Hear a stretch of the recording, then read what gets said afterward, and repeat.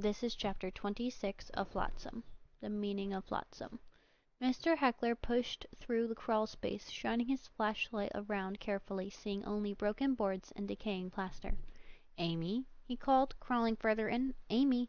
There was no answer, only the slow drip-drip from the drizzle of rain that made its way through a pile of debris. "God in heaven," Mr. Heckler cried, "show me where she is. Show me, and I won't ask for another miracle ever again." He waited for an answer, but none came. Just his own accusing thoughts. He grunted angrily and pushed further in, over and under boards, looking in every crack and dark hole. He reached out, through a very narrow crawl space, until his hands came in contact with something hard and metallic.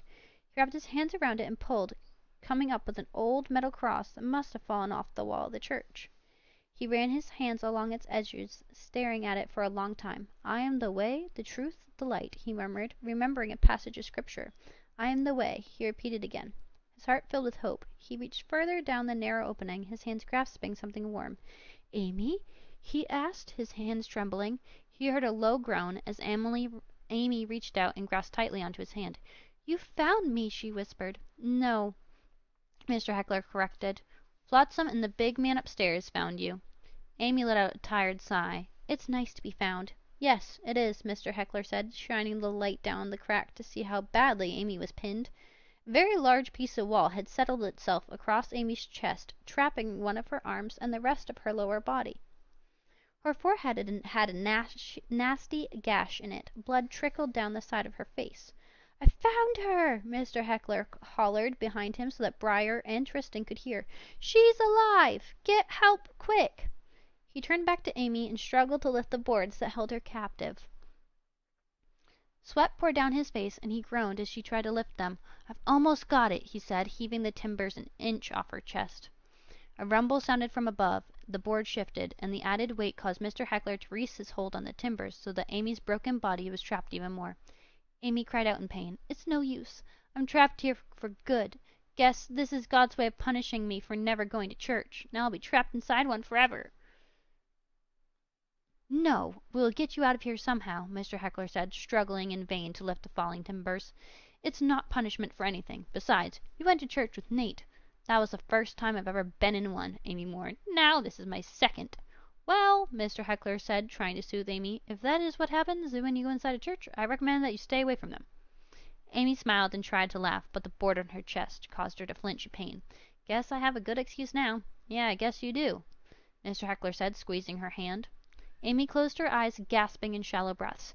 "You know, Mr. Heckler, I found everything on the list, like you wanted me to." Mr. Heckler looked surprised. "Everything? Including find a family member part?" "Yeah, I did. Today. I found out that Tristan is my twin brother. Not only that, I also realized I might not see you again, and that made me sad. You, Flotsam, Briar, Tristan, Nate are all my family. I used to think you had to be blood relatives to be family. Now I know that family's more than that. Thank you, Mr. Heckler. Thank you for writing that list. It helped me find out how much I already had." Mr. Heckler squeezed her hand and tried to smile. "If it wasn't for that dang list, none of this would have happened." "If it wasn't for the list, I would still feel lost. You know, Mr. Heckler, although I'm trapped down here, for the first time in my life, I don't feel lost." "Me neither. You felt lost, too. Much more than you think." "So are you going to tell me your big secret? If you don't tell it to me now, I may never be able to find whatever it is you lost." Mr. Heckler shook his head. "No, I can tell you later. After we get you out of this mess."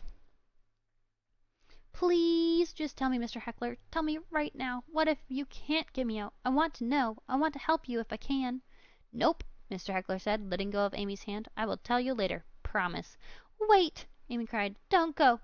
Don't leave me here alone." "Amy, I'm not going to leave you," he said. "Hey, don't go to sleep, okay? Do you remember the day when you first came to live with me and you found that fawn?" Amy nodded. "Do you remember when I told you we should name him Flotsam because you both looked like washed-up wreckage?" She nodded again, struggling to stay awake. "Well," Mr. Heckler went on, "this here mess, this house on top of you, is just another term for Flotsam. See, when Flotsam happens, there's no need for feeling hopeless, because it will soon go away. Flotsam is anything bad that shouldn't happen but does. Flotsam is what you get when you have a sister that wets a bed and you're lucky enough to be the one sleeping next to her. It's when you get a bad grade in school after trying to get that A. It happens when you just take a test with a nasty runny nose. Flotsam is what you get when you swallow swimming pool water. It's when power goes out when you're writing a report. It's disappointment when someone breaks a promise, and the sadness that comes along when you feel lonely. It's the little things like losing your car keys or getting picked up last in a game. It's big things too, like when parents get a divorce or when someone you love dies. It's when your crush doesn't like you back. He paused and sniffed. You see, Amy, flotsam is rotten garbage that floats up on the sea of life, regardless of who you think you are. Funny thing is, with so much flotsam floating around, you would think that everybody would give up and call it quits, but most of us don't, oddly enough. We don't? Amy asked. Nope, Mr. Heckler went on. We don't.